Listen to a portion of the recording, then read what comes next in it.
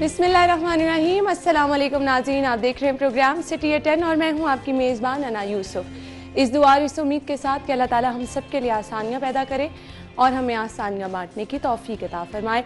आज के शो का आगाज़ कर लेते हैं, शामिल करते हैं पहला सेगमेंट, जानते हैं मौसम की सूरत हाल।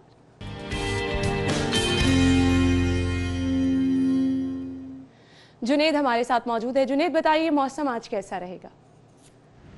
अजी शहर में ठंडी हवाएं चलने के साथ साथ जो है वो मौसम खुशगवार हो गया है, बल्कि दर्जा हरारत में भी कमी जो है वो देखने में आ रही है। और आज भी कम से कम दर्जा हरारत जो है वो सुबह के वक्त 9 डिग्री सेंटीग्रेड रिकॉर्ड किया गया है, जबकि आज ज़्यादा से ज़्यादा दर्जा हरारत जो है वो 23 डिग्री सेंटीग्रेड तक जाने का इम्कान है। और महकमा मौसमियात के मुताबिक आज शहर का मौसम खुश्क रहेगा, शहर में बारिश का कोई इम्कान नहीं है। और दूसरी जानब अगर हवा में नमी के तनासब की बात की जाए तो सुबह के वक्त जो है 75%, जबकि शाम के वक्त जो है वो 50% तक हवा में नमी का तनासब रिकॉर्ड किए जाने का इम्कान है।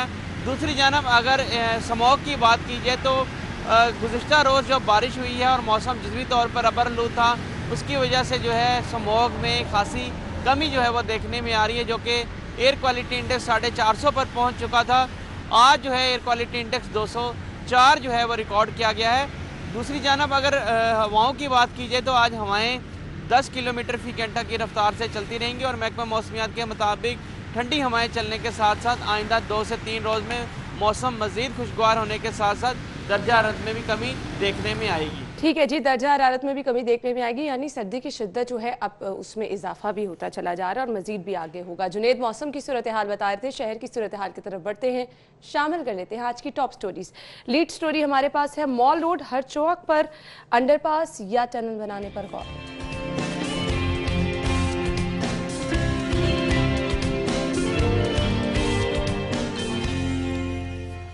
कोरोना से मजीद 6 अमवात, 259 नए केस, 9 इलाकों में स्मार्ट लॉकडाउन।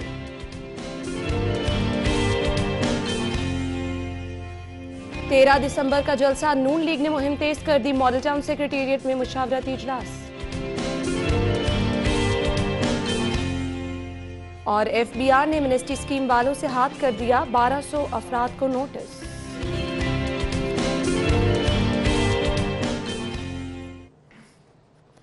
जी तो नाज़रीन, टॉप स्टोरीज आपने जान ली, डिटेल में डिस्कस करेंगे। स्टूडियो में हमारे साथ हसन इफ्तिखार साहब मौजूद हैं, उन्हें खुशामदीद कहेंगे। अस्सलाम वालेकुम हसन। अस्सलाम वालेकुम अन्ना, कैसी हैं आप? ठीक ठाक, आप कैसे हैं? बिल्कुल ठीक ठाक। हसन, कुछ खबरें देख के एक्साइटमेंट होती है जब नई नई चीज़ों के बारे में जिक्र किया जाता है कि शहर में ये होगा। ये वो चीज़ें हैं जिनको तनकीद का निशाना बनाया जाता था, लेकिन दोबारा से उसी तरफ जाने पर गौर। ऐसी खबरें पढ़ के आजकल मैं सोच रहा हूँ कि ये मेरा ख्याल है कोई एक थिंक टैंक है जो बैठ के ये सोच रहा है कि ऐसा क्या है जो हमने पहले नहीं हो सका, वो करने की बात करते हैं। प्रैक्टिकलिटी या वो उसकी वो हो सकता है या नहीं हो सकता, ये बात की बात है। बड़े बड़े ऐलान करते हैं, वो रियलिटी में क्या कुछ हो रहा है हमारे सामने एक अंडरपास की मिसाल वो मैं यही कहने लगा था। ये खबर पढ़ के मुझे ख्याल आया कि कोई छोटा सा अंडरपास है जो पिछले दौरे हुकूमत में 45 से 60 दिन की बात होती थी, मैक्सिमम 90 दिन लग जाते थे। वो फीता काट कूट के चीफ मिनिस्टर साहब पिछले जो थे वो बड़े तेज रहते थे। ये वो बनने लगा हुआ है, लोग बेचारे तंग। अब ये माल रोड को ये बनाना चाहते हैं। पहली बात तो ये है कि जितना बड़ा इंफ्रास्ट्रक्चर का प्रोजेक्ट ये बनाना चाह रहे हैं, ये तो ये 5 साल में भी नहीं बना सकते। बिल्कुल, इनकी हुकूमत जो है। फिर इन्होंने कॉन्ट्रैक्ट्स भी जिनको दे देने हैं, वो मैंने आपको बताया कि पिछले वाले जो थे जो ब्लैक लिस्ट होकर पंजाब से निकाले गए, जो पंजाब स्पीड अचीव की गई थी, उसकी वजह ये थी कि जो बुरे कॉन्ट्रैक्टर्स थे उनको हैंड पिक करके बाहर फेंक दिया गया और अच्छे लोगों को चीज दी जाती थी। वो आपस में कम्पीट करते थे, उनके पास मशीनरी अवेलेबल होती थी। हमने लाहौर में ऐसी ऐसी मशीनरी देखी काम करते हुए जो शायद पाकिस्तान में पहली मरतबा इंपोर्ट की गई होगी। बिल्कुल ऐसे ही। तो यहाँ पे इंफ्रास्ट्रक्चर डेवलपमेंट जो थी वो ऐसी थी। अब उसके मुकाबले में ये एक एम ही बस ख्वाब वाला मंसूबा है, फोर्ट्रेस स्टेडियम से लेकर तो ये सुनने को देखने को खबरें अच्छी लगती हैं कि मॉल रोड पर हर चौक पर अंडरपास या टनल बनाने पर गौर किया जा रहा है। अब बाज़ाहिर ये चीजें बहुत अच्छी लगती हैं, पर मेरा इख्तलाफ हमेशा ये रहता है, why just Mall Road, why just के जिनको आपने मॉडल शाहराइन कह दिए, सिर्फ वो हम बार बार उन्हीं पर गौर क्यों करते हैं? कोई एक मोरिया पुल अंडरपास की तरफ भी चले जाए जहां पर सामान वैसे का वैसे पड़ा है और काम रुका हुआ है। इसमें देखें, मैं ये कह रहा हूं ना कि यहाँ पर जो इस प्रोजेक्ट की जो कॉस्ट आएगी वो पूरी कहां से करेंगे? पूरी कहां वो से कौन पैसे देगा? एक सड़क के ऊपर जो है वो अच्छा, फिर एक और बात है कि हमारा कुछ एक्सपीरियंस लाहौर के अंदर पहला जो है वो सिग्नल फ्री कॉरिडोर्स के साथ है कि जितने मर्जी आप उसको सिग्नल फ्री करते जाएं, ट्रैफिक इंक्रीज करती रहती है। आप मेन बुलेवार्ड पे शाम के वक्त, सुबह के वक्त, किसी टाइम जो रश आवर्स होते हैं उसमें चले जाएं, वो लाइन एक कॉर्नर से दूसरे कॉर्नर तक लगी होती है। जेल रोड पे आपको इस तरह से, जेल रोड के ऊपर, इवन फिरोजपुर रोड, जहां जहां आप सिग्नल फ्री करते गए वहां उसका ट्रैफिक का फ्लो इतना ज्यादा है कि जहां छोटी सी बॉटलनेक बनती है वो कई किलोमीटर की लाइन लग जाती है। अच्छा, दूसरी बात ये है कि हमारी जो डेवलपमेंट है सिटीज की, उसके अंदर बेचारा जो पैदल चलने वाला है, जो बस पे ट्रैवल करने वाला है, उसके बारे में नहीं सोचा जाता। हम टोटली कार सेंट्रिक और किसी हद तक मोटर बाइक सेंट्रिक किस्म की वो करते हैं। ये अंडरपासेस बना देंगे माल रोड के ऊपर। दुनिया के अंदर किसी शहर के डाउनटाउन आप इलाके में चले जाएं, जो उनका हार्ट होता है, वहां ऐसी ही रेंगती ट्रैफिक नजर आएंगे। उन्होंने उसका हल निकाला है कि वहां पे अच्छी बसें चलाते हैं, पब्लिक ट्रांसपोर्ट लोगों को देते हैं, लोगों को डिसुएड करते हैं कि अपनी गाड़ी मत लेके जाएं।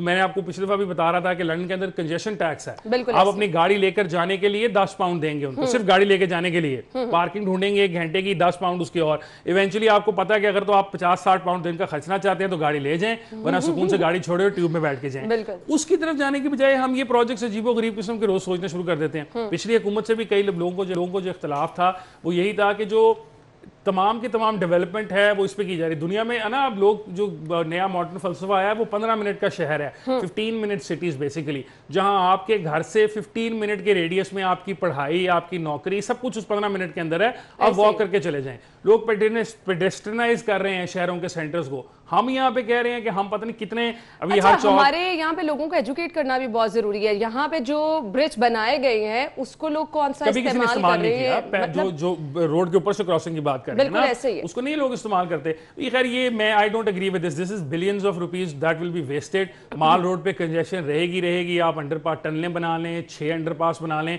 वो जगह ऐसी है वहां पे इतना रश हुआ ही करेगा। आगे इनकी मर्जी है हुकूमत, तो फिर ये आखिर इन्होंने कुछ नया करना है ना। अच्छा, अगर हम मॉल रोड के आसपास वाली मार्केटों में, नीला गुंबद मार्केट का यहाँ पर जिक्र किया गया है, ट्रैफिक का वहां पर किस कदर दबाव होता है आपको भी पता है। अब ट्रैफिक कंट्रोल करने के लिए भी मेगा प्रोजेक्ट पर स्टडी शुरू की जा रही है। मेरे ख्याल से ये भी वक्त की अहम जरूरत है कि जिस तरह से हम 4-5 शाहराएं ले लें शहर की, मॉल रोड ले लें, Ferozepur Road, Jail Road, canal, यहाँ पर अगर एक रोड पे भी ट्रैफिक जैम हो जाए तो आपका पूरा शहर चौक होकर रह जाता है।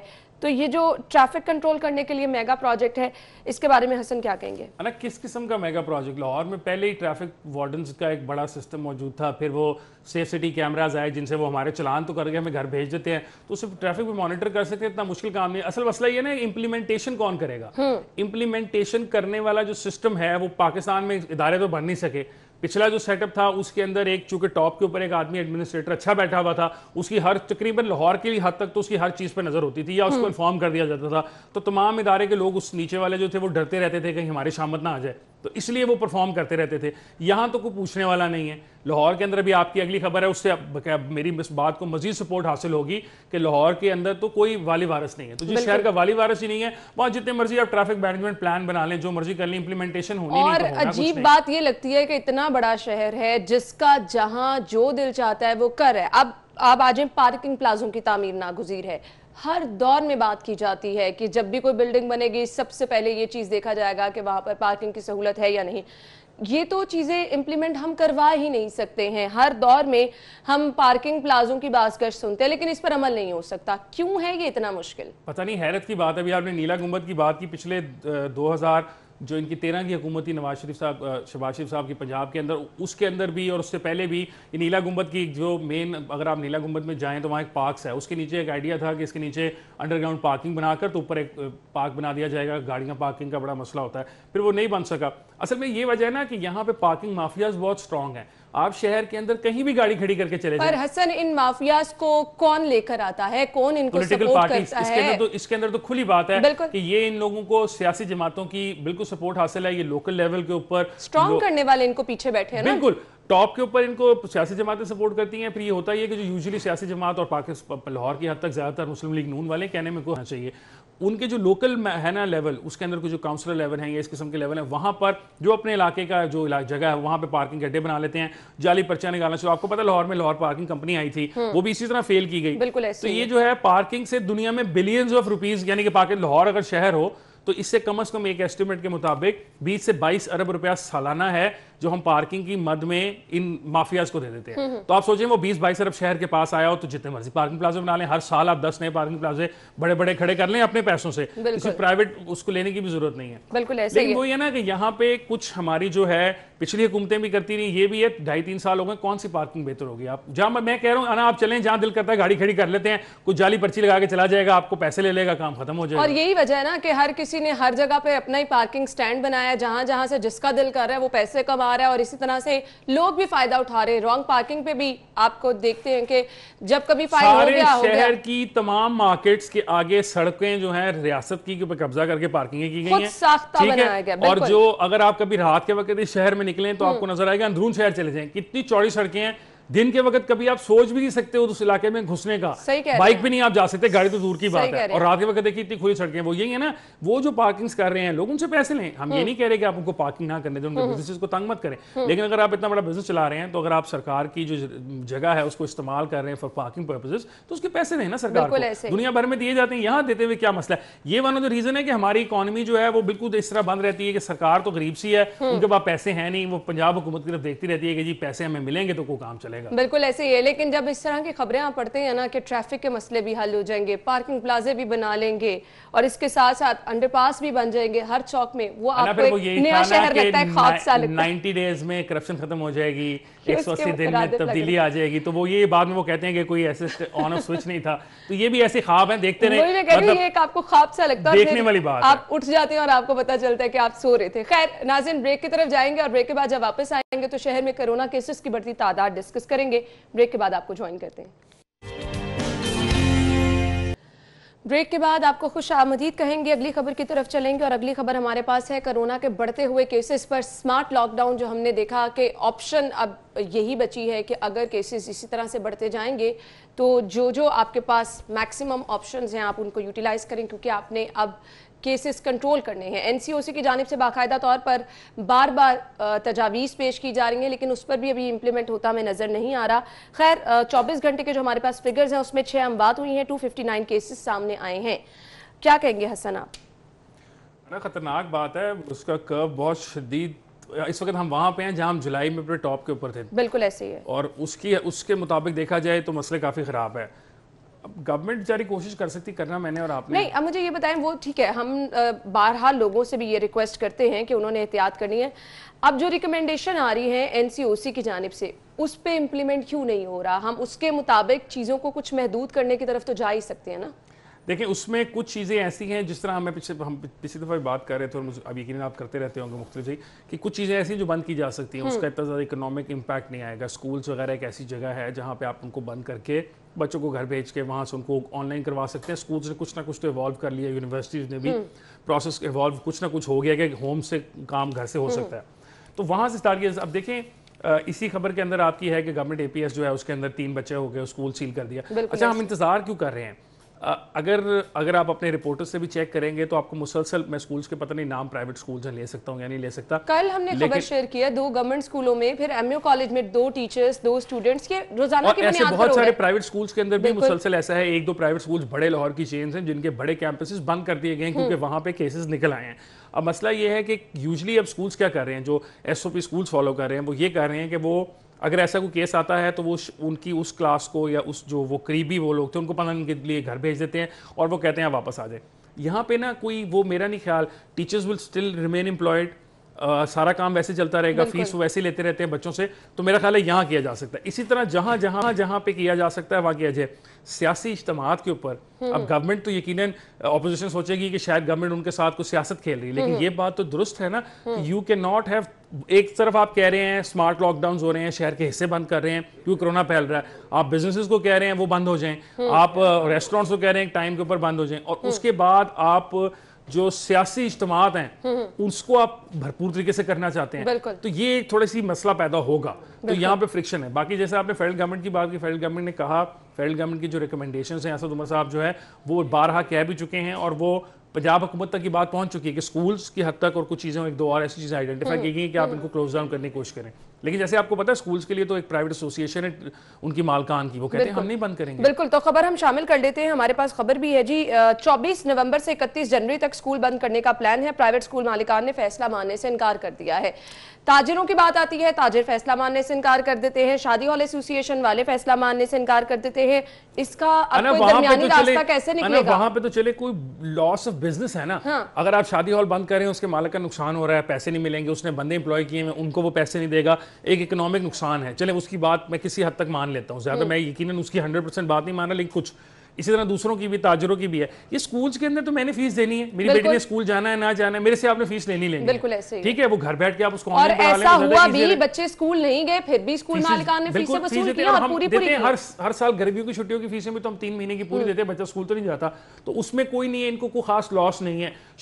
ऐसा हो सकता होगा कि 10-15% पेरेंट्स ऐसे होते होंगे जो ना शायद फीस दे सकते हों या वो ना देते हों, लेकिन फिर ये देखें ना कि उस अपने 15% के मुनाफे के लिए आप लाखों बच्चों को मुस्तकबिल तो दाव पे मत लगाएं। ये बात भी गलत साबित हो चुकी है कि बच्चे जो है वो कैरियर नहीं हो सकते इसका, कोरोना का। यहाँ बहुत स्कूल मालकान बात करते हैं कि ये नहीं, आप खुद देख लें कि स्कूल्स में जो केसेस निकल रहे हैं वो कैसे निकल रहे हैं अगर वो कैरियर्स नहीं है बच्चे, और वो पता नहीं लेके घर जाते हैं, फिर अपने माँ बाप से मिलते हैं। हमारे शो में ही डॉक्टर जाते हैं और वो ये चीज मेंशन कर रहे हैं कि इसमें कोई सदाकत नहीं, बच्चे भी हो सकते हैं, और फिर वो जब बच्चे घर में जाते हैं उनसे किसी बड़े को लगेगा तो ज्यादा नुकसान हो सकता है। हाँ, तो फिर हमारा कोई फायदा नहीं हुआ ना। मतलब मैं आप हम सब SOPs फॉलो करें, छोटे बच्चे को, मेरी 7 साल की बेटी है, वो कैसे बेचारी मास्क पहन के गई तो होती है, but how can I ensure के सारा दिन वो सुबह 8 बजे से लेकर 1 बजे तक, छोटे बच्चे हैं, और मास्क लगाएगी, अपने दोस्तों के साथ खेलेगी नहीं, फिर वहां से वो किसी को दे देगी या कोई उसको ट्रांसमिट कर देगा, वो घर ले आएगी, तो हमारा सारा SOP का क्या फायदा? हम अपने घर को बंद करके बैठे हैं, किसी से मिल नहीं रहे, सारा मसला तो वहीं खत्म हो जाएगा। तो ये हुकूमत जो है ना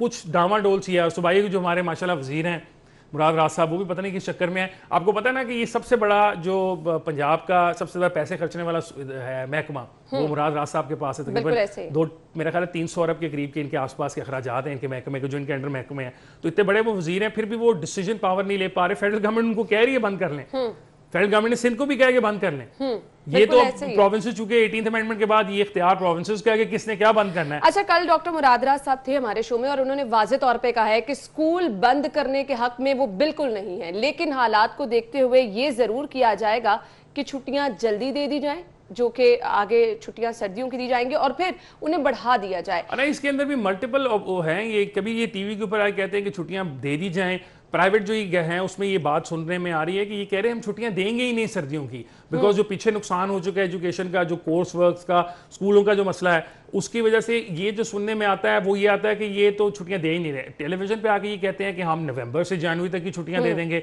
तो कुछ समझ नहीं आ रही। लेकिन इसके ऊपर जल्द फैसले करने, ये जिस तरह पिछले हफ्ते मीटिंग थी मंडे को, वो उसको आगे अगले मंडे तक टाल दिया गया। और अच्छा वो मजे की बात है कि वो मीटिंग पता नहीं सैटरडे को क्यों नहीं हो सकती या फ्राइडे को क्यों नहीं हो सकती, उसके लिए एक मंडे वर्किंग डे ही रखना जरूरी होता है। हैरत की बात है, मतलब सरकारी इदारे इस सारे काम के अंदर भी अपनी छुट्टी जो हफ्ते की वो ज़ाया नहीं करना चाहते। हफ्ता इतवार छुट्टी करेंगे सरकारी अफसरान, और उसके बाद फिर मंडे को आके सोचेंगे कि क्या करना है। अफसरान है ना, इसीलिए। खैर, 9 इलाकों में जो लॉकडाउन किया गया है, हसन, ये लॉकडाउन की ऑप्शन आप कैसी देखते हैं?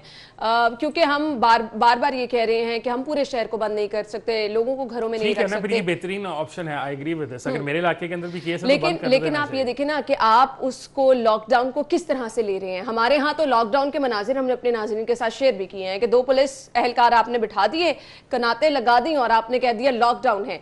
अब गली की बैक साइड से जो मर्जी आ रहा है, जो मर्जी जा रहा है, कोई चेक एंड बैलेंस नहीं, कोई वहां पर आके जिले इंतजामिया के लोग कोई चेक नहीं कर रहे कि लॉकडाउन असल में है क्या।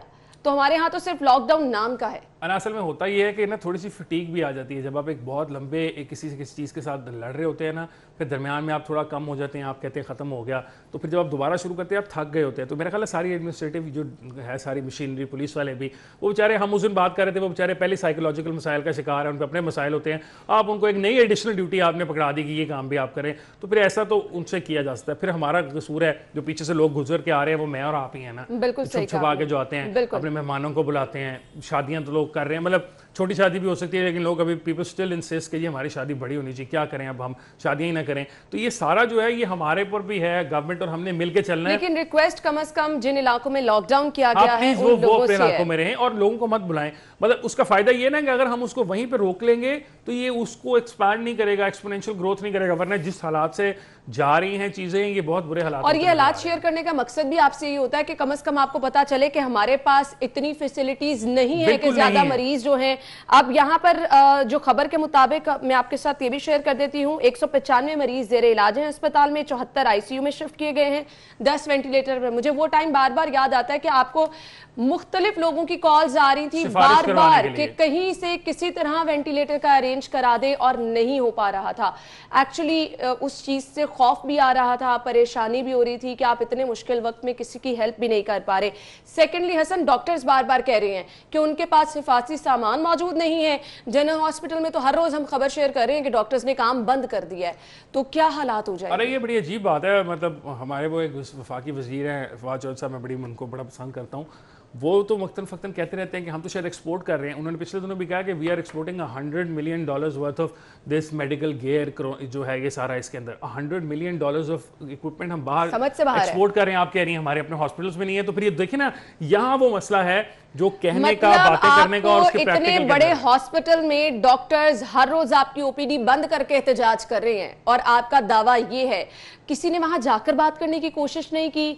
हमारी वजीर सेहत साहिबा कहां पर हैं, वो भी इस चीज पर कोई कान नहीं धर रही हैं। और ये वो वजीर सेहत हैं जिनको आपको बहुत अच्छी तरह से याद होगा, यंग डॉक्टर्स की हमेशा से सरपरस्ती की, उनके मामले हमेशा बैठी, और आज उन्हीं यंग डॉक्टर्स के सबसे ज्यादा खिलाफ डॉक्टर यास्मीन राशिद साहिबा हैं। उसकी वजह यह है ना, तब वो ऑपोजिशन में थे। ऑपोजिशन में जब आप होते हैं ना, तो आपको हर बंदा जो हुकूमत के खिलाफ बात करता है बहुत अच्छा लगता है। आप उसकी, और पाकिस्तान के अंदर तो ये रहा भी ऐसा है कि आप ये नहीं देखते कि उसकी बात में मेरिट है या नहीं, आप सिर्फ ये देखते हैं कि ये ऑपोजिशन की बात कर रहा है और हुकूमत के खिलाफ बोल रहा है तो हम इसके साथ हैं। तो अब वो कह रही ये बड़ी गलत बात है। ये PPEs हो गए, ये आपके मास्क वगैरह हो गए, ये डेली बेसिस पे चेंज होने वाली चीज़ें हैं। दुनिया भर में इसके ऊपर बहुत ज़्यादा पैसे खर्चे जा रहे हैं, हमें भी करना। अच्छा, अगर आपकी जो मसला ये है कि लोग तो शायद बेहतर होते जाएंगे, खुदा ना खास्ता, मैं ये नहीं कहता कि कोई मौत किसी से ज्यादा होती है, लेकिन जो डॉक्टर्स की मौत है वो आपके लिए ज्यादा बुरी इसलिए है क्योंकि फिर आपको एक डॉक्टर बनाने में, एक 50 साल का जो डॉक्टर था उसकी जो सारी एक्सपीरियंस था, वो 50 साल आपको मजीद चाहिए, वो कहाँ से आप बनाएंगे? तो ये जो है ना, ये लॉस हम बर्दाश्त नहीं कर सकते। हमारे पास पहले ही प्रोफेशनल्स जो एक्सपर्ट्स हैं वो कम है फील्ड्स में, फिर हम डॉक्टर्स को खुला छोड़ देते हैं। और आपको पता है हमारे हॉस्पिटल्स में तो वैसे भी किसी के अंदर आने वाले की आप चेकिंग नहीं कर सकते कि वो बीमार है या नहीं, इतना हजूम होता है वहां पे, तो उसके अंदर तो उनको भरपूर तरीके से प्रोटेक्टेड होना चाहिए। सुबह के वक्त आप किसी भी शहर के टीचिंग हॉस्पिटल में चले जाएं, वहां पे जो हालात है एक्चुअली आप खौफजदा हो जाते हैं कि इतना ज्यादा लोगों का रश है। अब हालात ये हैं कि केसेस बढ़ते चले जा रहे हैं, हुकूमत हमें उस तरह से संजीदा नहीं नजर आ रही, अवाम भी अपना किरदार बिल्कुल अदा नहीं कर रही है। तो अल्टीमेटली हालात हमने ही कंट्रोल करने हैं, अगर ना किए तो अस्पतालों की सूरत हाल क्या है वो भी हम आपको बता रहे हैं। मरीजों को फैसिलिटेट नहीं किया जा रहा, कोई एक्स्ट्रा सहूलत मौजूद नहीं है, तो फिर लोग किस तरह से इलाज मुआवजा कराएंगे, ये बहुत ज्यादा मुश्किल हालात हो जाएंगे। तो प्लीज एहतियात कीजिए। हम ब्रेक लेंगे और ब्रेक के बाद वापस आते हैं। जी नाज़रीन, ब्रेक के बाद आपको एक बार फिर से खुशामदीद कहेंगे। शहर में मौजूदा कोरोना वायरस की बिगड़ती सूरत हाल हम डिस्कस कर रहे हैं और बारहा रिक्वेस्ट ये कर रहे हैं कि हालात को कंट्रोल करना है। हसन, हालात को किस तरह से कंट्रोल किया जाए? यहाँ 13 दिसंबर के जलसे की तैयारियां भरपूर तरीके से चल रही हैं। मैं आपको कह रहा था ना प्रोग्राम के शुरू में भी कि मतलब मुस्लिम लीग नून वालों को बुरा लगेगा, लेकिन ये गलत बात है। इस वक्त इनको ऐसी हरकत नहीं करनी चाहिए। उनकी अगर आप लीडरशिप को सुने, वो कहते हैं कोरोना कुछ नहीं होता, कुछ नहीं हो रहा, हम करेंगे जलसे। ऑब्वियसली उनकी एक सियासी है, वो एक कैंपेन लेकर आ रहे हैं, उसमें वो अगर अब बैठ जाएंगे तो जो उन्होंने इतना बिल्डअप किया है, वो जो सारी स्टीम इकट्ठी की है वो बैठ जाएगी। तो यहाँ पे है, लेकिन मेरे अपने ख्याल में हुकूमत खुद भी तासुर ये नहीं दे रही है कि कोरोना बहुत खतरनाक है। हुकूमत की तरफ से खुद भी हम अब आके कहा जा रहा है, जब पता चल रहा है कि अपोजिशन ने कह दिया कुछ भी हो हम तो जलसे करेंगे। खुद वजीर आजम साहब ने भी जलसे किए, उसके बाद जितने भी हुकूमती वज़रा हैं वो इस चीज़ को कह रहे हैं कि हम आगे जलसे नहीं करेंगे। लेकिन आपने एक तासुर कायम कर दिया कि गैदरिंग्स हो रही हैं, हर जगह पर हो रही हैं। अगर हुकूमती सतह पर इनको किया जा रहा है, अपोजिशन अपनी तैयारियां करिए, फिर लोग कैसे मान ले कि घरों में रहे? वो यही मसला ना। तो मैं कम से कम अपोजिशन की हद तक तो मैं कह सकता हूँ, अपोजिशन वालों से दरखास्त कर सकता हूँ कि जनाब प्लीज़ अपने घरों में रहें, ना ऐसे लोगों को लेकर आएँ बाहर सड़कों पर, हालात ठीक नहीं है। बाकी आपकी बात ठीक है, गवर्नमेंट ने खुद 2-3 जलसे कर लिए। जब अपने जलसे उन्होंने कर लिए तो उसके बाद जब दूसरों की बारी आई तो उन्होंने कहा कोरोना आ गया, अब ना करें आप। और दूसरी खतरनाक बात यह है कि गवर्नमेंट बातें तो कर रही है, यहाँ पे वो उनको कह रही है कि आप जलसे मत करें, वो कह रहे हैं हम जलसे जुलूसों में पाबंदी लगा रहे हैं, वज़ीर आज़म साहब ने भी कहा कि हम पाबंदी लगा देंगे। लेकिन खाली जलसे जुलूसों की बात तो नहीं है ना, कोरोना वहां पे खाली तो नहीं है, फिर उसके साथ आपको बाकी स्टेप्स भी लेने जिसके बारे में पिछली बार सेगमेंट में डिस्कस कर रहे थे। बिल्कुल ऐसे ही। आप उनकी एब्सेंस में वो नहीं लेते आप वो स्टेप्स रोकने के लिए, और आप एक सियासी जमातों को कहते हैं कि आप घर में बैठे, तो सियासी जमातें फिर ये कहेंगी ना ये तो आप हमें टारगेट कर रहे हैं। फिर वही आपकी बात है कि जब सियासी जमातें घर नहीं बैठेंगे तो लोग भी घर नहीं बैठेंगे, तो ये साइकिल ऐसे चलता रहेगा। मुस्लिम लीग नून को ये साबित करने के लिए एक बहुत बड़ा लाहौर में जलसा करने की जरूरत नहीं है कि वो लाहौर की सबसे बड़ी जमात है। बिल्कुल ऐसे। पाकिस्तान की तारीख के पिछले 2-3 इंतखाबात जो है आप उनको उठा के देख लें, 2013 के अंदर भी जब खान साहब बहुत मतलब यहाँ पे बड़े बड़े जलसे करते थे, यहाँ लाखों का जलसा हुआ लाहौर में और फिर सीटें उनको नहीं मिली।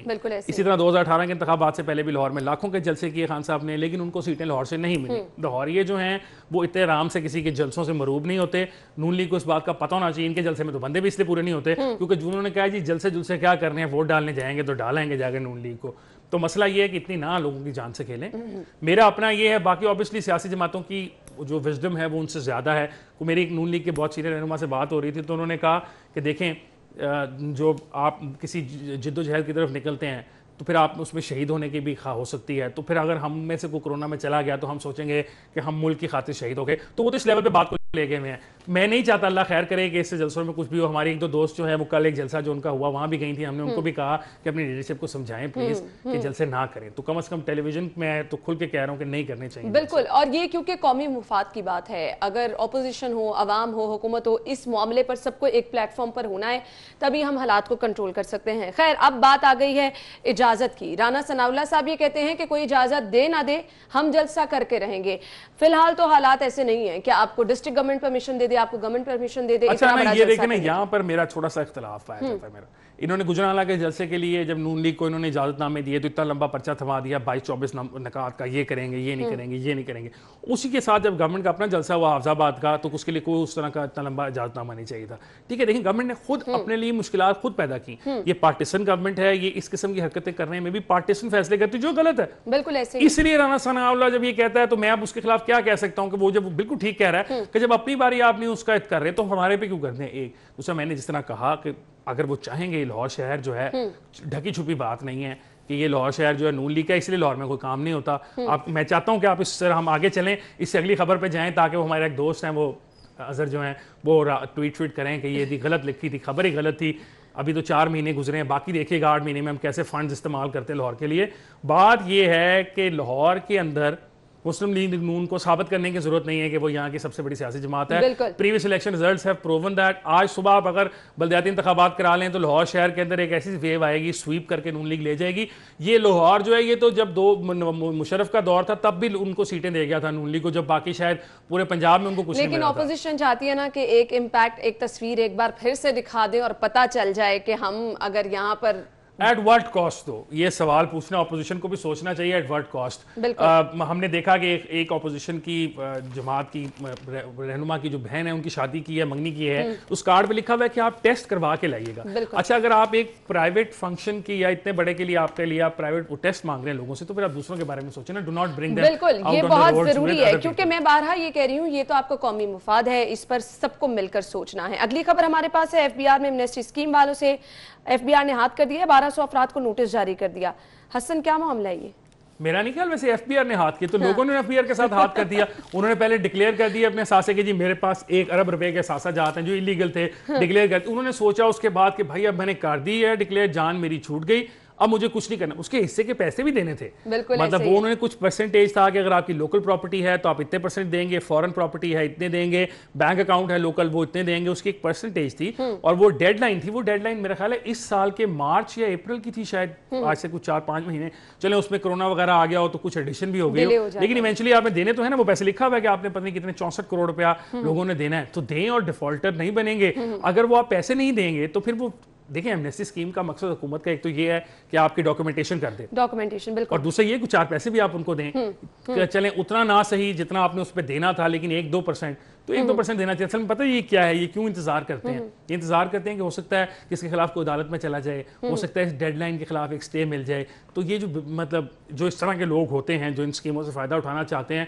वो यही चाहते हैं कि बस पैसे ना देने पड़े, तो पैसे तो देने पड़ेंगे। एफबीआर वैसे गलत काम करता है, एफबीआर वैसे लोगों को बहुत डराता है, बगैर वजह के नोटिस भेजता है। आपका कोई जानने वाला जो एक दफा एफपीआर के साथ रजिस्टर हो गया हो, वो आपको यकीनन दुख भरी दास्तानें सुनाएगा कि बगैर वजह के भेजते रहते। मेरे अपने साथ ऐसा हुआ कि 1 साल का मैंने जमा कराया हुआ है, उसी साल का उन्होंने मुझे वापस भेजा हुआ है कि आपने जमा नहीं कराया। वो मैं लेकर रिकॉर्ड अफसर के पास गया, मैंने कहा जनाब ये देखें, ये आपके सिस्टम में ऑटोमेटिकली अपडेटेड है, ये डेडलाइन कंप्यूटर ने जनरेट की हुई है, ये आपने मुझे भेजी हुई है, दोनों के दरमियान देख लें। एक चीज मैं आपको जमा करा चुका हूँ, वापस उसमें मांग रहे हैं। और ये मुश्किल कर दिया ना, बहुत ज्यादा चीजों को परेशानी का वो बाइस बनाए जा रहे हैं, इसलिए लोग भी इससे भागना शुरू कर नहीं, वो तो इजी कर रहे हैं, वो कह रहे हैं हम तो अच्छी ऐप्स लेके आ रहे हैं, देखें ना आप गलत बात ना किया करें। चलें जी, इजी कर रहे हैं, खैर लोगों को इससे क्या फायदा हो रहा है? पैसे देने चाहिए जी, जिन्होंने अगर एमनेस्टी स्कीम आपने क्लेम की है और आपने डिक्लेयर किए थे कुछ ऐसे, तो उसके बदले थोड़े से पैसे वो दे दें, बुरी बात नहीं है। नहीं तो फिर एफबीआर वाले वो सही कह रहे हैं कि वो मतलब फिर एमनेस्टी तो नहीं है ना, ये थोड़ी था कि आप एक बार बता देना कि आपके पास कौन कौन से ऐसे हैं जो आपने प्लॉट खरीद के छुपा के रखे हुए हैं, हसन बता दे कौन से प्लॉट है, साथ ना वो प्लॉट बता के या चीज बता के एसेट, उसके ऊपर पैसे भी देने थे। बिल्कुल ऐसा ही है, और जो आपका एक वो लीगल वे होता है वो उसको आपको करना ही पड़ता है, अदरवाइज ऑब्वियसली बाद में चल के मुश्किलात होती हैं। खैर अब नाज़रीन हम ब्रेक की तरफ जाएंगे, ब्रेक के बाद ज्वाइन करते हैं आपको। Welcome back. कहते हैं कि ऑपरेशन किए जा रहे हैं, क्या कहेंगे हसन? अगर आप ऑपरेशन नहीं करेंगे तो लोग आपको भत्ता कैसे देंगे? सही तो आदी हो जाएंगे कि जो जिसका दिल करेगा वो बिल्डिंग बना लेगा, आपको कोई पूछेगा नहीं। तो ये वक्तन फक्तन एलडीए, स्टेट डिस्ट्रिक्ट गवर्नमेंट, ये सारे जो हैं पहले उनको इजाजतें देते हैं, आंखें बंद कर लेते हैं, उनसे रिश्वतें खाते हैं लोअर लेवल के अफसर। और क्योंकि ये बहुत मुश्किल बात है कि आपकी गैर कानूनी तामीरात शहर में बहुत जगहों पर हो रही हैं और एलडीओ को मालूम नहीं है। मेरे साथ वाले हमसाये में जिस दिन को घर बनाना शुरू करता है ना, ये करेगा असूली तौर पे, तो हम जाके उससे सलाम दुआ करते हैं, भाईजान आप कहाँ से हैं, कौन है, ठीक है। तो पाकिस्तान में तो ऐसा माना ही नहीं जा सकता कि आपके साथ या साथ कुछ हो रहा है और आपको पता ना हो। कब्जा अगर हो रहा है तो कौन कर रहा है, सबको पता होता है ये किसका कब्जा है, किसने करवाया है, सरकारी अफसर कौन मुलविस था। इसके लिए तो आपको मतलब कोई इन्वेस्टिगेशन करने की जरूरत नहीं, आप मौके पर जाके महल्लेदारों से पूछ लें तो आपको सब बता देंगे। इसके अंदर लिखा हुआ है कि जी एक्शन लिया जाएगा उन अफसरान के खिलाफ, पता नहीं कब लिया जाएगा। पिछली दौरे हुकूमत में भी बहुत एक्शन सुने थे, वो वहीं के वहीं बैठे हैं। और मजे की बात ये है कि जो ये नीचे लेवल का स्टाफ होता है ये कहीं नहीं जाता। बिल्कुल, एक दफा भर्ती हो गया तो बस इसने सारी उम्र वहीं रहना है। ये डीजी एलडीए और ये अफसरान जो हैं ये आते हैं 1 साल 1.5 साल के स्टिंट पे, कुछ सख्त होते हैं वो उसको डंडा लेकर आते हैं, इनको मैं ठीक कर दूंगा, वो उससे 1 साल 1.5 बाद चले जाते हैं, काम खत्म हो जाता है, वहीं के वहीं है। ये जो असासाजात की इंक्वायरियाँ सियासतदानों की बड़े बड़ों की होती हैं, कभी एंटी करप्शन अच्छा काम करती होती, ये इन लोगों के एंटी करप्शन वाले चेक करते हैं असासे, तो पता चल जाता कि शायद इनमें से तो कई जो हैं वो बड़े बड़े जो हम नाम सुनते हैं टीवी पे एमएनए एमपीएस के, उन्होंने करप्शन कर ली, उनसे ज़्यादा अमीर तो ये लोग हैं। और ये मुसलसल करते रहते हैं, मार्की जो है बनाना एक दिन में खड़ी हो जाती है। बिल्कुल सही तो क्या और ये जिस दिन वो टेक्निकली एलडी का भी फॉल्ट है कि जब ये मार्की कहीं पे इलीगल गिराने जाते हैं तो सबसे पहले उस इलाके का जो अफसरान थे उन सबको सस्पेंड करके अंदर करना चाहिए, और अगर ज्यादा उन्होंने मार्कियां बनवाई तो उनको पर्चे करा के गिरफ्तार कराना चाहिए। बिल्कुल ऐसे कि कैसे आपके होते हुए हो गया, आप फिर अफसर किस बात के हैं? फिर आप पैसे जो लेते हैं, ये जो पक्की नौकरी पे बैठे हैं सारी उम्र की, ये क्यों बैठे हैं? असल में हकीकत पीछे कुछ और है ना, इसलिए ये वाकयात होते रहते हैं। खैर वक्त कम है, अगली खबर भी शामिल कर लेते हैं। तरक्याती बजट सिर्फ 15%, बिल्कुल, और शहर में अरबों के मंसूबे अधूरे पड़े हैं, क्या कहेंगे? हाँ जी, वो अभी 5 महीने हुए हैं ना, वो भी इसके मुताबिक मैंने आपको इसी में कहा था, मेरा एक दोस्त है वो यहाँ शाम को अभी ट्विटर पे आपकी एक क्लिप निकालेंगे जब भी खबर का, और वो कहेंगे कि ये देखें पिछले दौरे हुकूमत में पहले 5 महीने में कितने पैसे खर्चे जाते थे, टक टक टक टक टक उन्होंने आगे लिखा होगा, साथ वो बताएंगे हमने खर्चे ज्यादा खर्च लिए हमने, और इंशाल्लाह वो कहेंगे कि हम ये खत्म कर देंगे। बात ये है कि ये असल में कैपेसिटी का मसला है इदारों की। बिल्कुल सही कह रहे हैं, जो हमारे इदारे हैं उनमें कैपेसिटी ही नहीं है कि फंड्स को सही तरीके से यूटिलाइज करें, और आखिर में क्या होता है कि हर साल आखिर में जाके फरवरी मार्च के अंदर फंड्स पड़े होते हैं, कई जगह पे इससे भी ज्यादा पड़े होंगे। इसमें हैरत की बात है, इसमें लिखा हुआ है कि माहौलियात वाले ने कुछ भी खर्चा नहीं, कुछ नहीं खर्चा। ये लाहौर शहर स्मॉग के अंदर मर रहा है, हम पागल हुए में हैं। वो कह रहे हैं कि माहौलियात ने अपना जो डेवलपमेंट फंड था उसमें से 1 रुपया नहीं खर्चा। असल में होता क्या है, ये महकमे ये इदारे सो रहे होते हैं, जब मुसीबत आन पड़ती है आपको पता है फंड मौजूद है, वो खर्च भी नहीं किए। बहुत सारों में जी महकमों में फंड जो है वापस रिवर्ट हो जाते हैं हर साल के एंड पे। मतलब ये एक जगह पे कहते हैं कि जी हमारे पास पैसे नहीं है काम करने के लिए, एक जगह पे ये होता है कि फंड्स आपको एलोकेट किए गए होते हैं, मिले हुए होते हैं, आप प्रोजेक्ट्स ही आइडेंटिफाई नहीं कर पाते कि किसको कैसे लगाए जाएंगे। 5 महीने में उन्होंने कहा 15% है। अब हैरत की बात है, बाकी 7 जो महीने बचे हैं उसमें क्या दौड़ लगाएंगे कि 85% सारे पैसे झोंक देंगे। मिसमैनेजमेंट है फिर जिसका खमियाजा लोगों को भुगतना पड़ता है। खैर वक्त कम है, बहुत बहुत शुक्रिया हसन आपके वक्त के लिए। नाज़रीन हम चलेंगे ब्रेक की तरफ, इसके बाद शो में आपको दोबारा ज्वाइन करेंगे। के बाद प्रोग्राम में आपको एक बार फिर से खुश आमदीद कहेंगे। नाज़रीन शहर में कोरोना की दूसरी लहर जो कि शिद्दत इख्तियार करती जा रही है, इम्पैक्ट ये था कि कोरोना ख़त्म हो गया है, लेकिन बारहा यही कहा जा रहा था कि अब लाइफस्टाइल का हिस्सा इन चीज़ों को हमने बनाना है, SOPs पर अमल दरामद करना है। लेकिन अनफॉर्चुनेटली लोगों ने ऐसा नहीं किया, जिसकी वजह से वो जो कहा जा रहा था कि दूसरी लहर शिद्दत इख्तियार कर सकती है, वो टाइम अब आ गया है। अस्पतालों में हम यही हर रोज़ फिगर्स आपसे शेयर कर रहे हैं कि इतने मरीज़ वेंटिलेटर पर हैं, इतने इंतहाई निगहदाश्त वार्ड में हैं, मरीज़ों को किस तरह से फैसिलिटेट किया जाए। डॉक्टर्स ये कह रहे हैं कि उनके पास हिफाजती किट्स नहीं हैं। इसके साथ साथ NCOC की जानिब से बारहा रिकमेंडेशन दी जा रही हैं कि अब आप चीज़ों को महदूद कर लें। हमने देखा वो इलाके जहाँ पर केसेस सामने आए उनमें लॉकडाउन भी किया गया है। अब एहतियात ही है, प्लानिंग ही है मौसर, जिसकी वजह से हम हालात को कंट्रोल कर सकते हैं। कल हमने स्कूलों के बारे में बात की कि स्कूलों के हवाले से क्या तैयारी की जा रही है, इन केस अगर केसेस बहुत ज़्यादा बढ़ते चले जाते हैं तो क्या प्लानिंग होगी स्कूल्स मालिकान की। अब जो NCOC की जानिब से हिदायत दी गई हैं, रिकमेंडेशन दी गई हैं, जो हुकूमत प्लान करती है, उस पर सबसे ज़्यादा तहफ़्फ़ुज़ात हमें ताजिर बिरादरी के सामने देखने में आ रहे हैं कि उनकी जानिब से कहा जा रहा है कि जी 8 बजे दुकानें नहीं बंद कर सकते हैं। फिर शादी हॉल एसोसिएशन की जानिब से बारहा ये मौक़िफ़ अपनाया जा रहा है कि कारोबार उनके तबाह होकर रह गए हैं। वज़ीर आज़म पाकिस्तान इमरान खान साहब ये कहते हैं कि किसी सूरत कारोबार बंद नहीं करेंगे, मुकम्मल लॉकडाउन की ऑप्शन कभी भी जो है वो कबूल नहीं है। लेकिन अब इस पर जिम्मेदारी किसकी है जी? ताजिरान की जिम्मेदारी है। सदर शादी हॉल एसोसिएशन क्या इस पे कहते हैं, किस तरह से वो SOPs पर अमल दरामद यकीनी बनाएंगे, ये सब चीज़ें जानना बहुत ज़्यादा ज़रूरी है। क्योंकि अवाम को अगर रिलीफ दिया जा रहा है, ताजिरों को रिलीफ दिया जा रहा है, कारोबारी तबके को रिलीफ दिया जा रहा है, तो सबसे ज़्यादा ज़रूरी ये है कि जिम्मेदारी भी कबूल की जाए कि वो हालात को कंट्रोल रखेंगे, अपनी अपनी रिस्पॉन्सिबिलिटी निभाएंगे। फिलहाल दुकानदारों के तहफ़्फ़ुज़ात क्या हैं, इन केस अगर मार्केटों में टाइम शॉर्ट किया जा रहा है, इस पर गौर किया जा रहा है, तो दुकानदार इस पे क्या कहते हैं, पहले आपको वो दिखाते हैं। सब कुछ बंद कर देंगे तो हम तो जैसे गरीब बंदे हैं जो रोजी रोटी कमा रहे हैं, हम तो जलील हो जाएंगे ना। नहीं, शादी हाल तो चलो ठीक है ना, क्योंकि वहाँ रश बहुत ज़्यादा होता है, और अगर कारोबार आप हमारा बंद कर देंगे तो फिर तो बड़ी मुश्किल हो जाएगी ना। लोग काफ़ी कुछ भुगत चुके हैं, हमारे स्टाफ ने बड़ा कुछ भुगता है, जो डेली वेजेस वाला स्टाफ है हमारे पास। अभी तो पीछे वाले भी जो ड्यूज़ हैं और वो चीज़ें जो हैं क्लियर नहीं हुई हैं, जो स्टाफ हमारे पास काम करता है अभी बेचारों की, उनकी तनख्वाहें हमारे। जी तो नाज़रीन, गुफ्तगू आपने सुनी। अब हम कोशिश ये करेंगे तहफ़्फ़ुज़ात भी सुने ताजिरों के भी और शादी हॉल एसोसिएशन के भी तहफ़्फ़ुज़ात क्या हैं। साथ ही साथ इस चीज़ को भी जो है वो इस चीज़ की यकीन दहानी कराई जाए कि आया ये लोग अपनी जिम्मेदारी किस तरह से निभाएंगे। ज़रूरी ये चीज़ है कि अगर रिलीफ दिया जा रहा है तो रिस्पॉन्सिबिलिटी को किस कदर समझा जा रहा है, किस तरह से यकीनी बनाया जाएगा कि SOPs पर अमल दरामद किया जाए। बात करेंगे स्टूडियो में हमारे साथ जो हमारे मेहमान मौजूद हैं। तारुफ मैं आपके साथ कराना चाहूँगी, सदर अंजुमन ताजरान खालिद परवेज साहब हमारे साथ स्टूडियो में तशरीफ फरमा है। अस्सलाम वालेकुम खालिद साहब, क्या हाल चाल है आपके? बहुत बहुत शुक्रिया आपके वक्त के लिए। जबकि दूसरी जानिब हमारे साथ हैं मियाँ इलियास साहब जो कि सदर शादी हॉल एसोसिएशन है। अस्सलाम वालेकुम मियाँ साहब, क्या हाल चाल है आपके? जी ठीक ठाक जी, अल्लाह का करम जी। थैंक यू सो मच, बहुत बहुत शुक्रिया। खालिद साहब आपसे शुरू कर लेते हैं। बारहा ये कहा जा रहा है कि मार्केटों का टाइम अब शॉर्ट किया जाएगा, ऑप्शन कोई नहीं है ना, अब आपने किसी भी तरह से हालात को तो कंट्रोल करना है। आपके तहफ़्फ़ुज़ात ये हैं कि इस चीज़ को आप लोग मानने से इनकार कर रहे हैं, तो फिर आपकी रिस्पॉन्सिबिलिटी बढ़ जाती है। बिस्मिल्लाहिर्रहमानिर्रहीम। सबसे पहली बात तो है, बार बार आपने कहा हुकूमत रिलीफ दे रही है, मुझे रिलीफ दिखाए ना पहले कहाँ पर दे रही है। जिस तरह पहले लॉकडाउन किया था उस पर हमने SOPs का भी ख्याल रखा, जहाँ तक हो सकता था अपने लोगों को मास्क वगैरह, और फिर स्प्रे करवाया सारी मार्केटों में, खुद से करवाया, अपनी मदद आपसे करवाया। हुकूमत की तो कोई इसमें किरदार नहीं है, रियासत की जिम्मेदारी है। अच्छा, अब पहले हमने ताउन किया। कहते हैं कि हमने मार्केटें बंद नहीं करनी है।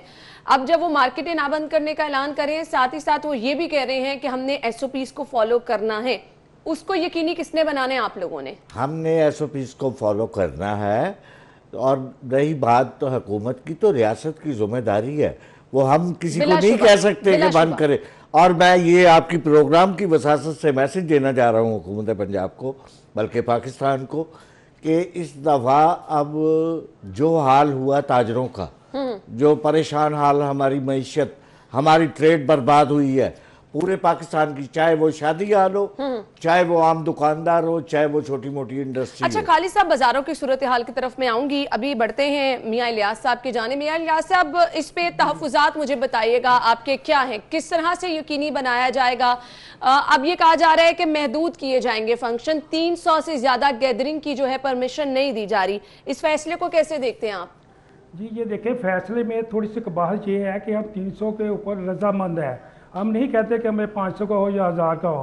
बात यह है कि इन्होंने जो लफ्ज़ ले लिया कि ओपन में, देखिए जी ओपन में भी शामियाना लगेगा, कनात लगेगी, फिर ही जाके होगा।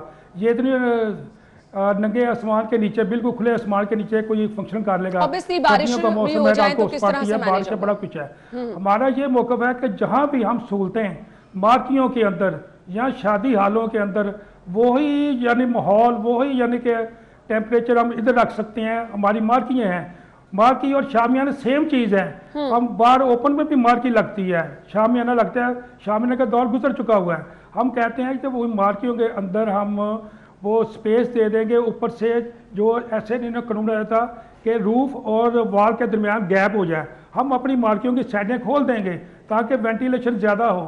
तो उसमें हमारी दरख्वास्त है हुकूमत से कि लोगों के लिए मसाइल ना पैदा करें जिनके फंक्शन है और जो काम करते हैं।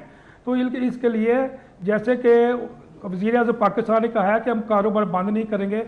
हाँ अलबत्ता चंद एक वो हाल जो कि वेंटिलेशन नहीं प्रोवाइड कर सकते, वहाँ काम ना कर देने, और जो काम कर सकते हैं उन्हें काम तो करने दें। अच्छा मियां इलियास साहब, इसके साथ एक और ऑप्शन जिसकी हुकूमत बात करिए, खाना बॉक्सेस में फराहम किया जाएगा, इस फैसले को कैसे देखते हैं आप?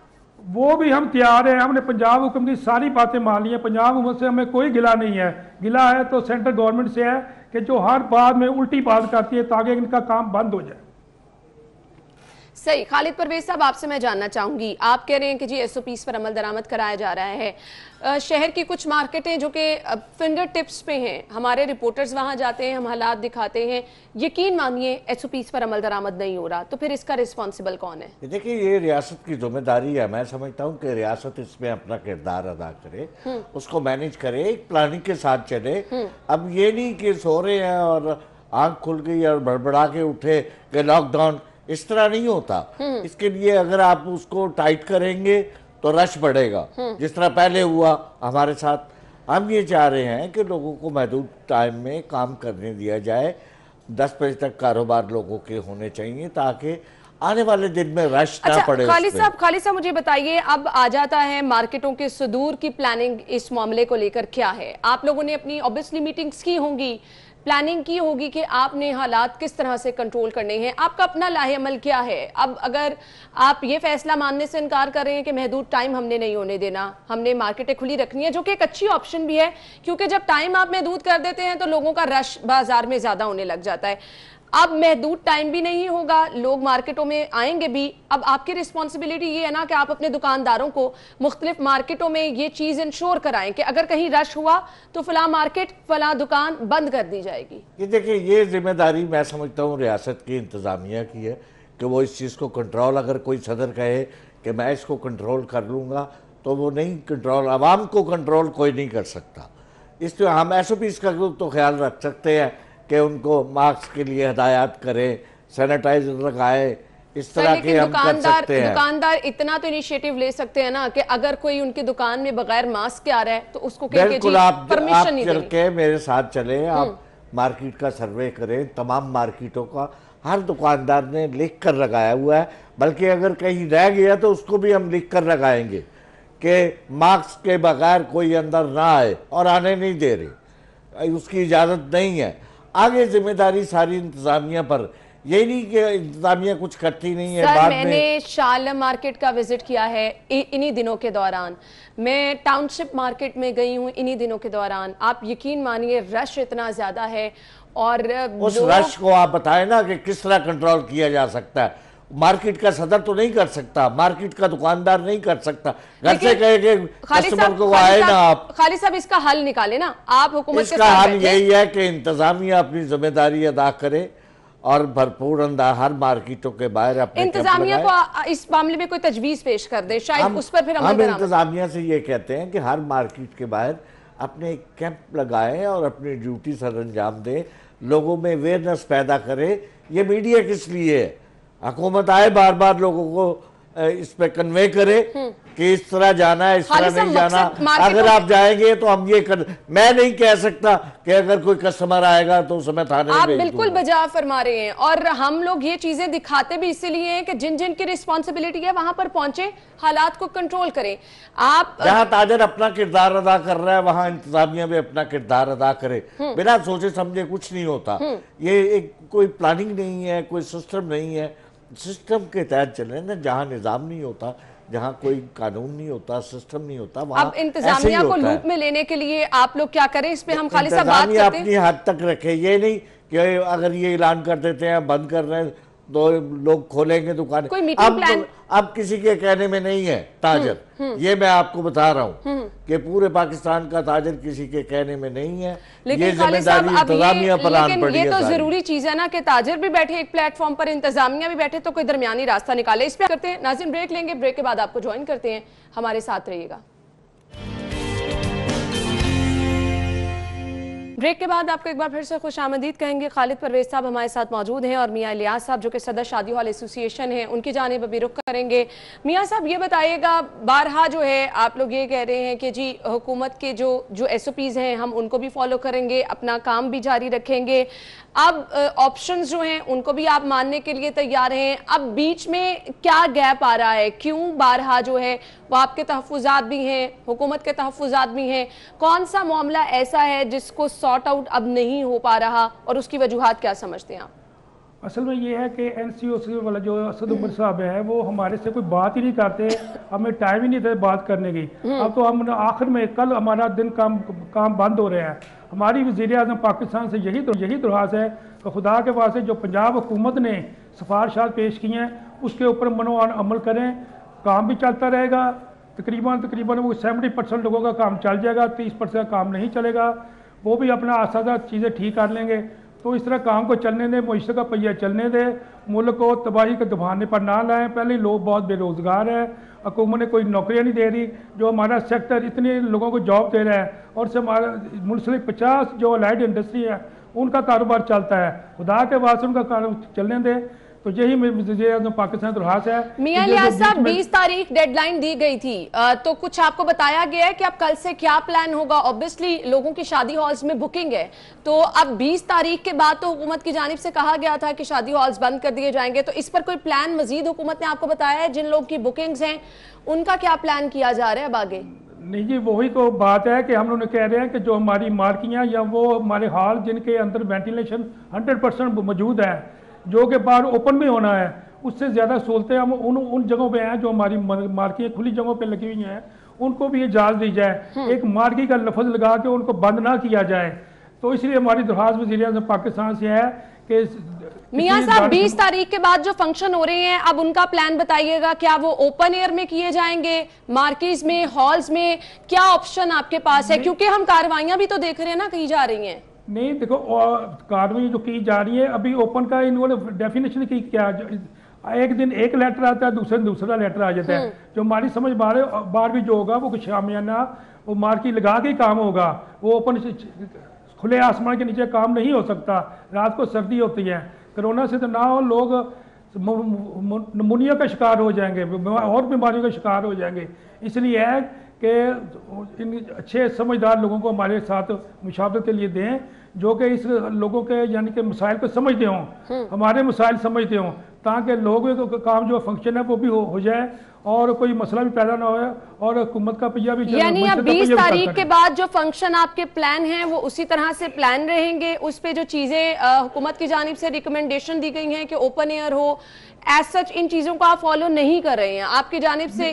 नहीं जी, हम फॉलो तो कर रहे हैं। हम आज कल आखिरी दिन है, उसके लिए यही हमारी दरख्वास्त है कि जो हमारी बात है कि मार्कियाँ जो हम साइटें ओपन कर देंगे या वो हाल जिनकी दीवारों साइड से निकल सकती हैं ओपन है वो कर देंगे।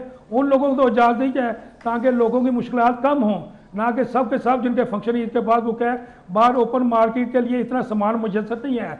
जो होगा भी वो तकरीबन 5% लोग उसको अफोर्ड कर सकते हैं। उसमें जनरेटर भी लेना पड़ता है, उसे ग्राउंड का किराया भी देना पड़ता है, उससे शामियाना वाले कोई बोझ पड़ता है और मार्केट में इतने शामियाने कनाते इतनी मार्कियाँ नहीं है किराए के लिए वाबस्ता। वो जो एलीट क्लास है वो तो फायदा उठा लेगी। अच्छा मियां साहब, अब होगा ये कि 20 तारीख के बाद जो फंक्शन होते हैं लोगों के ऑब्वियसली खुशियों के काम है, अगर वहां पर आके कोई कार्रवाई की जाती है लोगों को तो वक्ती परेशानी बहुत ज्यादा होगी।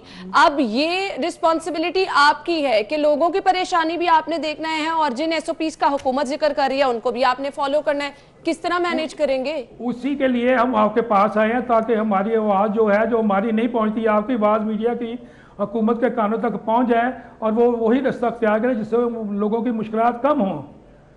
100% नहीं तो कम से कम कोई 70-80% तो उनकी मुश्किलात कम हों। लोग बहुत परेशान हैं, वो हमें कारोबार करना मुश्किल हुआ है। लोग कहते हैं जी मैं क्या करूँगा, मुझे बाहर सामान नहीं मिल रहा, मैं कहाँ जाऊँ, मैं क्या करूँ, हम उसको क्या जवाब दें, बताएंगे। सही सही। मियां साहब ये बताइएगा अब आपके तहफ़्फ़ुज़ात क्या हैं? 20 तारीख डेडलाइन दी गई थी, अब आपकी आगे की प्लानिंग बिल्कुल एक दिन रह गया ना। मुझे बताइएगा आपकी प्लानिंग क्या होगी, आप अपना काम किस तरह से जारी रखने वाले हैं? कोई मैसेज हमारे शो के थ्रू आप देना चाह रहे हो? वो यही है कि हमारी आज मियां असलू साहब से दरख्वास्त है कि वो हमसे आज मुलाकात कर लें। बड़े बिजी हैं, वो भी हमारे साथ बड़ी शफकत करते हैं ताकि उनके साथ मिलकर कोई ऐसा इलाज अख्तियार करें ताकि किसी का फंक्शन भी ख़राब ना हो और कारोबार भी ज़्यादा से ज़्यादा डिस्टर्ब ना हो। ये हमारी उनसे आज कोशिश है कि उनसे हमारी मुलाकात हो जाए और तो कोई दरमियाने रास्ता निकला है ताकि कानून की भी पासदारी हो और लोगों की मुश्किलात का भी हल हो जाए। सही। मियां साहब मुझे इस बात का भी जवाब दे दीजिएगा, कुछ आपका अपना मॉनिटरिंग सिस्टम ऐसा है कि जिस किसी हॉल में एसओपीज की खिलाफ वर्जी हो रही है आप खुद जाके विजिट कर रहे हो, आपकी कोई टीम विजिट करे, कम से कम आप अपनी तरफ से ये बता दें कि आपके तमाम इंतजामात मुकम्मल हैं, आपकी तरफ से कोई जो है वो गैर जिम्मेदाराना मुजाहरा नहीं सामने आएगा? नहीं, वो बिल्कुल नहीं आएगा। हमारी मॉनिटरिंग ऑलरेडी हो रही है। जो ऑलरेडी एसओपी जो हमें दिए हुए थे उसके लिए डेली बेस के ऊपर एसी साहबान आते हैं, तहसीलदार साहबान आते हैं, पटवारी हजरात आते हैं, टीएमए की टीमें आते हैं और प्राइमरी हेल्थ की टीमें आती हैं और बिला नागा विजिट होता है। जहाँ किसी की खराबी होती है उसको वार्निंग दी जाती है, उसको जुर्माना किया जाता है। ये होता रहता है और हम ये चाहते हैं होना चाहिए। हम ये नहीं कहते कि हम जो मर्जी करें। और उसके लिए कल बड़ी एक अच्छी बात अदालत उस्मा ने की थी कि जो ऑर्गेनाइज़र होगा उसकी भी जिम्मेदारी होगी कि वो एसओपीज़ के ऊपर अमल दरामद करें, अपने मेहमानों को कहे कि मास्क का इस्तेमाल करें। ऑब्वियसली ये मिलजुल कर ही है, इन चीज़ों पर अमल दरामद किया जा सकता है। बहुत बहुत शुक्रिया। मियां इलियास साहब हमारे साथ मौजूद थे और किन किन तहफ़्फ़ुज़ात का सामना है। शादी हॉल एसोसिएशन को 20 तारीख की डेडलाइन दी गई थी, लेकिन इशू ये है कि अभी तक चीज़ें वाज़ेह नहीं हुई हैं कि किन चीज़ों पर शादी हॉल एसोसिएशन ने अमल दरामद करना है, क्योंकि बारहा ये कहा जा रहा है कि ओपन एयर जगह होनी चाहिए। उनके तहफ़्फ़ुज़ात अपनी जगह पे हैं जो कि कहीं बहुत हद तक वैलिड भी हैं। अब कोई दरमियानी रास्ता निकालना है, वो बारहा कह रहे हैं कि जी हमारे साथ मुज़ाकरात करें और हम हल निकालने की कोशिश भी करेंगे। मैं बढ़ती हूँ, हमारे साथ मौजूद हैं खालिद परवेज साहब। खालिद परवेज साहब, आपने इंतजामिया की कार्रवाइयों की बात की कि इंतजामिया का साथ होना बहुत ज़्यादा ज़रूरी है। अब मुझे ये बताइएगा, हम दिखा रहे हैं इंतजामिया कार्रवाइयाँ तो जगह जगह कर रही है। देखिए ये मैं समझता हूँ कि फॉर्मेलिटी है और ये धोखा देने वाली बात है ना। जहाँ काम कर रहे हैं वहाँ कर कोई नहीं रहा, एक टीवी पर दिखाने के लिए एक कार्रवाई कर देते हैं। ये कार्रवाई की हद तक तो ठीक है, बातों की हद तक ठीक है, यानी आप चाह रहे हैं कि कार्रवाई ना की जाए, हेल्प की जाए, प्रैक्टिकल किया जाए उसका। सही। आज जो ताउन हमने किया ताजरों ने, सबका आपने देखा कोरोना में वहाँ ताउन किया, उसके बाद हमने उसके बाद भी एसओपीज़ का ख्याल रखा। हम हर तरह के ताउन के लिए तैयार हैं हुकूमत के साथ, लेकिन हम ये ताउन नहीं कर सकते कि कारोबार बंद करें। कारोबार बंद करने में हम कोई ताउन नहीं कर सकते, तो हमारी पहुंच से बाहर है। ये इंतजामिया की जिम्मेदारी है कि वो इस कस्टमर अगर घर से आ रहा है तो उसको इंतजामिया ने अवेयरनेस पैदा करनी है, रियासत की जिम्मेदारी है उनको समझाए, उनके बेहतर तरीके ताकि इस वबा से बचा जा सके। ये जानलेवा है, हर एक को अपनी जान अजीज है। हम भी चाहते हैं कि लोगों की जानों का तहफ़्फ़ुज़ हो। ये पैसा तो इंसान कमाता रहता है। अच्छा, एसी साहिबान मुख्तलिफ मार्केटों के दौरे कर रहे हैं, आप लोगों को लूप में लेने की कोशिश की है कि हमने फॉर्मेलिटी के तो फिर आप वही बात कर रही हैं कि दौरे कर रहे हैं, दौरा पड़ा नहीं है। नहीं, मैं आपसे बात कर रही हूँ ना कि आप लोगों को मिलजुल कर कोई हल निकालने की कोशिश की है। इकट्ठा करें ना, फिर हर मार्केट में आए, उनके सदूर से मिले, उन्हें मसले पूछे और उनसे मसाइल ले और उनके साथ हेल्प करे। तो बातों की हद तक अगर आप अगर कर रहे हैं तो मैं नहीं समझता कि इसमें कोई काम होगा। ये उसी तरह होगा जैसे पहले हुआ कि ईद पर उन्होंने लंबी छुट्टी दे दी और जो कैद में थे लोग वो बाहर निकले, उसकी वजह से कोरोना ने जन्म लिया बहुत ज़्यादा। ये वही वजह हो रही है कि अब लोग समझे कि यहाँ से कोरोना जा चुका है, लेकिन कोरोना इस हद तक है कि खौफ आ रहा है देखकर कि जो रूटीन पहले थी उससे कई गुना बढ़कर आ रहा है। ये उससे ज्यादा खतरनाक है क्योंकि वहाँ ख्याल रखा जा रहा था, यहाँ ख्याल नहीं रखा जा रहा। वहाँ जिम्मेदारियां अदा की जा रही थी, यहाँ नहीं की जा रही। ये फर्क आ रहा है। अगर ऐसा ही रहा तो फिर जिस तरह आपने अभी बताया कि बहुत सारे इलाकों में लॉकडाउन कर दिया और रात को ही कर दिया है। शुरू से इनकी कोई प्लानिंग नहीं थी कि अगर ऐसा होगा तो ऐसे, जैसे अब अगर ये बढ़ेगा तो आगे क्या करेंगे। तालीमी इदारे हैं, उनका पूरा साल बर्बाद कर दिया हमने। आज बच्चे जो है तालीम से महरूम है और उसको भी बंद करने के बारे में खालिद साहब, आप क्या समझते हैं, क्या पूरी रिस्पॉन्सिबल हुकूमत है? क्योंकि लोग भी अपना किरदार अदा नहीं कर रहे हैं। मैं समझता हूँ रियासत रियासत ही होती है। फिर रियासत किस बात की है, हुकूमत किस बात की है? अगर ये इंतजाम उसने नहीं कर रहे खालिद साहब, लेकिन अगर रियासत कोई स्टेप भी ले तो फिर उस पर भी तो हम देखते हैं ना लोगों स्टेप ले, ताजरों को साथ मिलाकर ले। ये नहीं वो स्टेप के इतने बजे दुकानें बंद, जो नहीं बंद करेगा उसे पुलिस एहलकार आएगा, उससे 10,000 लेगा, 5,000 लेगा, अंदर खाने उसका काम चलेगा। ये इस तरह का काम नहीं हम चाहते और ना होने देंगे। अब ये हो रहा है, ये बिल्कुल हो रहा है। तो इसकी इसी शिकायत तरह हो की रहा गई है। हर चीज खुली है, हर काम हो रहा है और दूसरे दरवाजे से हो रहा है। और इस तरह पहले भी हुआ था, शटर फेंक के कारोबार हुआ था। आज ये अगर हुकूमत करनी थी उस संजीदगी के साथ इसको सोचे हुकूमत हमारी, और उसमें ताजर ताउन के लिए तैयार है और ये फॉर्मेलिटियाँ ना पूरी करें, लोगों को मौत के मुंह में ना धकेलें। ये बिल्कुल मैं समझता हूँ कि इस वक्त उनकी हेल्प ना करना, हमारे लोगों में अवेयरनेस नहीं है। उनको हुकूमत की जिम्मेदारी, रियासत की जिम्मेदारी, हम सब मिलकर करते हैं, इसको तैयार है उसके लिए। लेकिन अगर आप एक चक्कर लगाते हैं गाड़ी में बैठ के कि जी आज फलां मार्केट का आपने विजिट कर लिया, फलां SOPs की खिलाफ वर्जी करता वो बंद कर दिया, उसको तो आपने कहा ही नहीं अभी, उसको तो प्रोग्राम कोई नहीं दिया। आप कह रहे हैं आप SOPs का ख्याल नहीं कर रहे। जिनको प्रोग्राम दिया आपने वो तो आप नहीं कर रहे हैं। लेकिन खालिद साहब, अब हम सबको मिलकर अपना किरदार अदा करना है। रियासत अपनी रिस्पॉन्सिबिलिटी किस हद तक जो है वो समझ रही है, निभा रही है, उसके साथ हमें भी अब अपना किरदार अदा करना है। मैं एज ए शहरी अगर बाजार में जा रही हूं, हर एक को अजीज है, बिल्कुल, हर ताजर को अजीज है, हर दुकानदार को, हर बड़े को, हर सबसे पहले वो लोग जो घरों से बाजारों में जा रहे हैं वो एहतियात करें, उसके बाद दुकानदार कम से कम ये करें कि अगर कोई बगैर जिम्मेदारी हुकूमत की है कि वो तमाम अपनी मसरूफियात छोड़कर इस तरफ तवज्जो दे। हुकूमत इस तरफ तवज्जो बिलाशुबा ये प्रायोरिटी होनी चाहिए। खालिद साहब, बहुत बहुत शुक्रिया आपके वक्त के लिए। नाज़रीन, एहतियात के अलावा हल कोई नहीं है, तो प्लीज आप भी अपना किरदार अदा कीजिए। जहां कहीं आपको लग रहा है कि रश है तो थोड़ी देर बाद चले जाएं जब वहां पर रश कम हो जाए। 2-3 चीजें हैं जिनका आपने ख्याल रखना है। बहुत सारे जो चीजें हैं उनको हम नजरअंदाज कर देते हैं सिर्फ और सिर्फ इस वजह से कि हम जल्दी में बस अपना काम कर लें, लेकिन ये चीजें अगर ऐसे ही चलती रही तो हम हालात मजीद खराब करते चलेंगे। ब्रेक लेंगे, ब्रेक के बाद आपको ज्वाइन करते हैं, हमारे साथ रहिएगा। वेलकम बैक नाज़रीन। और ये तो आप सभी लोग जानते हैं कि स्टाइलो पाकिस्तान का नंबर 1 शूज़ ब्रांड है। ना सिर्फ शूज़ ब्रांड बल्कि यहाँ पर आपको एसेसरीज भी बहुत ज़बरदस्त मिलती हैं और बैग्स भी। लेकिन इसके साथ साथ स्टाइलो जो है वो मशहूर ब्रांड इस तरह भी है कि 70 से ज़्यादा शहरों में 150 आउटलेट्स जो हैं स्टाइलो की मौजूद हैं, जहां पर बहुत ही अमेजिंग जो है आपको ऑप्शंस मिलती हैं शूज़ की, एसेसरीज की और इसके साथ साथ बैग्स की। और स्टाइलो की ज़बरदस्त चीज़ ये है कि यहाँ पर कंफर्ट लेवल जो है शूज़ जब भी बनाए जाते हैं वेदर के लिहाज से सबसे पहले ये चीज़ देखी जाती है कि स्टाइलो के शूज़ जो हैं वो बहुत ज़्यादा कंफर्टेबल हैं।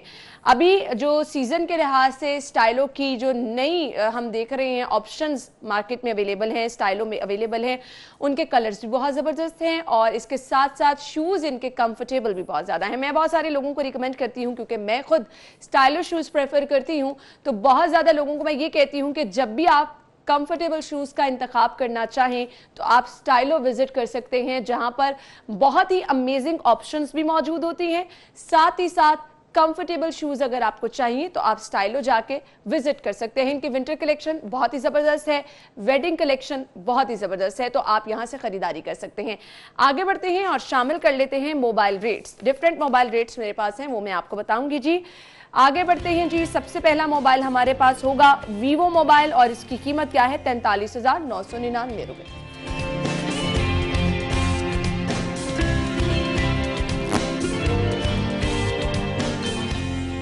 नेक्स्ट मोबाइल हमारे पास है वीवो Y95 और इसकी कीमत है 31,999 रुपए। वीवो Y93 22,999 रुपए में आप खरीद सकते हैं।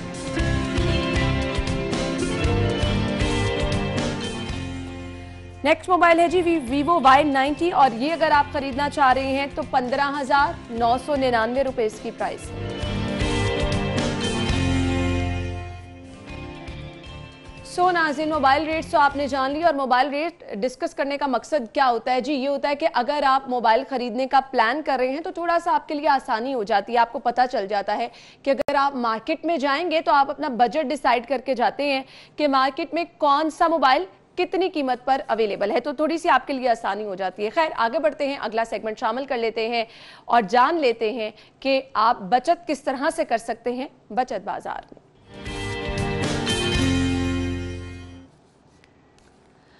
कौन कौन से ब्रांड्स ऐसे हैं जहां पर सेल लगी है वो मैं आपको बताऊंगी जी। अलकरम स्टूडियो है। सबसे पहले हमारे पास है जी ब्रांड खादी। अगर आप खादी पे जाएंगे तो अप टू 40% ऑफ से फायदा उठा सकते हैं।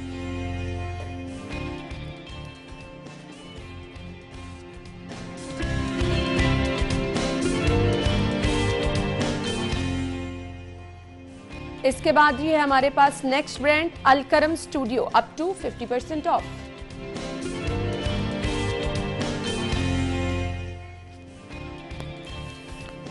इसके बाद जी अगर आप चैनवन पे जा रहे हैं वहां पर भी ऑफ है, अप टू 50%। आप जा सकते हैं, ऑफ से भरपूर फायदा उठा सकते हैं।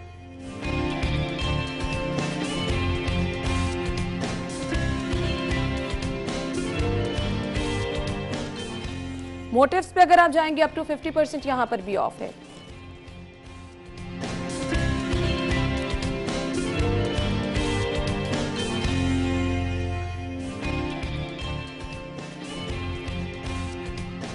जी तो नाज़रीन, सेल्स आपने जान ली कहां कहां लगी है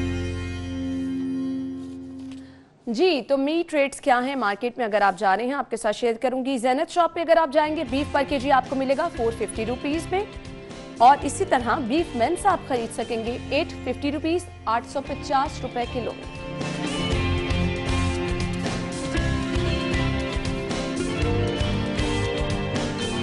मटन पर केजी अवेलेबल होगा 1350 रुपए किलो में और मटन मिंस आप खरीद सकेंगे 1650 रुपीज़ पर केजी में। और इसके बाद चिकन के रेट क्या हैं मार्केट में अगर आप जा रहे हैं? जिंदा मुर्गी गवर्नमेंट रेट के मुताबिक मार्केट में आपको मिलेगी 216 रुपए में और इसका बना हुआ गोश्त 313, जो कि बहुत ज्यादा महंगा हो चुका है।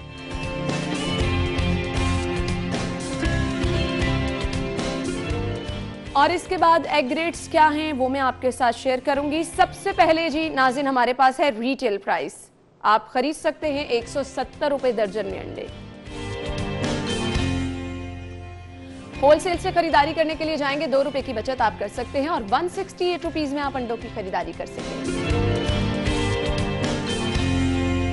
और अगर आप जा रहे हैं गोरमे पे तो यहां पर आप खरीदारी कर सकते हैं 169 रुपीज में। जी तो नाज़रीन आगे बढ़ते हैं, शामिल करते हैं अपना अगला सेगमेंट, जान लेते हैं माल का हाल। करेंसी रेट्स क्या हैं वो आपके साथ शेयर करेंगे।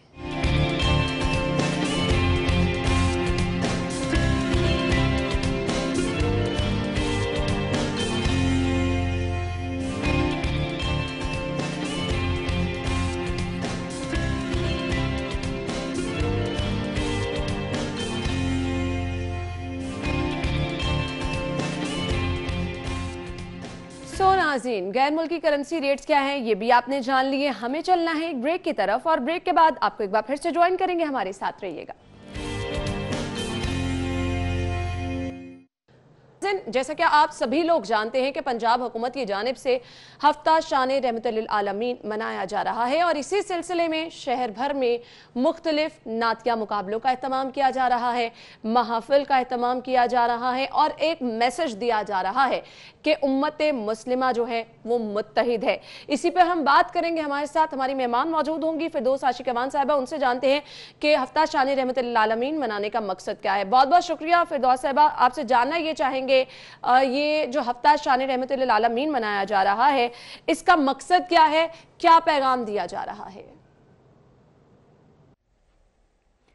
बिस्मिल्लाहिर्रहमानिर्रहीम। जैसा कि आप जानते हैं कि रबीउल अव्वल का बाबरकत महीना इख्तिताम पजीर होने जा रहा है। हमारे लिए तो हर दिन का हर लम्हा और हर महीना ही शान मुस्तफ़ा रहमतुल्लिल आलमीन हज़रत मोहम्मद सल्लल्लाहु अलैहि वसल्लम के लिए वक्फ़ है। और क्योंकि ये हमारे ईमान के साथ जुड़ा वो फ़रीज़ा है जिसको मुकम्मल किए बग़ैर हमारा ईमान ही मुकम्मल नहीं होता। लेकिन चूँकि हुकूमत पंजाब इस बाबरकत महीने की रहमतें समेटने के लिए और दुनिया भर में उसवाए हुस्ना को आम करने के लिए नबी अकरम फ़ख्र कायनात नबी आखिरुज़्ज़मां हज़रत मोहम्मद सल्लल्लाहु अलैहि वसल्लम के क़वाले ज़रीं को दुनिया तक पहुंचाने के लिए ये ज़रूरी है कि हम एक कोऑर्डिनेटेड ऑर्गेनाइज्ड एफ़र्ट करते और नबी अकरम सल्लल्लाहु अलैहि वसल्लम की सीरत को अपनी नौजवान नस्ल के सामने भी ज़्यादा से ज़्यादा हम बयान करते और साथ ही इंटरनेशनली जो हमारे नबी आखिरुज़्ज़मान की ज़ात अक़दस के हवाले से जो मनफी प्रोपेगेंडा और उनके हाके बना के उनकी शान में गुस्ताही करने का सिलसिला शुरू किया गया है। तमाम